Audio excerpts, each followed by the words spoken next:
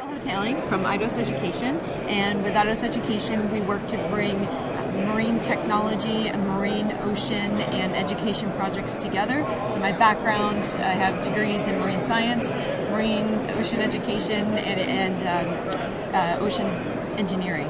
So I work to bring those projects together to create hands-on, STEM-based science, technology, engineering, mathematics projects to classrooms and teachers, and to outreach audiences as well. I have not been personally involved with forming a cluster. I have observed and talked to others who have and worked with them to figure out opportunities for that type of arrangement or coming together around education, because that is the heart of a cluster. To make the cluster successful is the workforce development aspect of it. And because it is a cluster, it is regional, so working with local school systems and local school programs, not only to improve STEM skills, because they will need those skills to enter these jobs, but the awareness factor. So many people are completely unaware of the opportunities to be working in the ocean.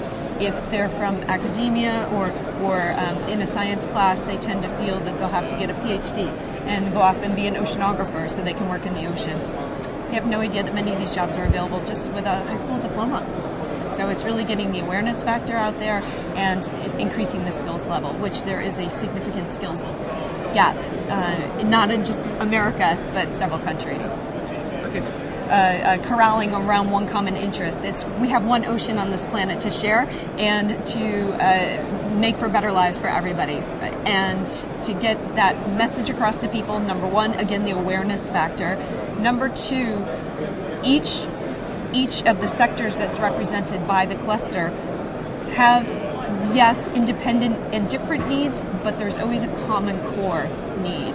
And how do we bring all those partners to the table to understand what are those common goals, what are those common needs, and work out from there? Because not everybody's going to be interested in every component of this.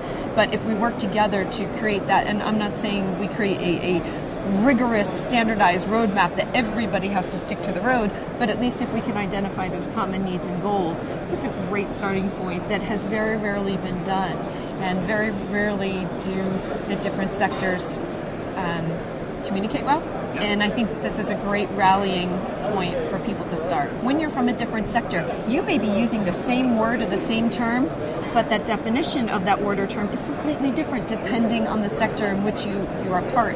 And reaching that common language between the sectors to even begin to have these discussions is extremely important. And then from there we can have the real conversations to lay the groundwork to start making a difference.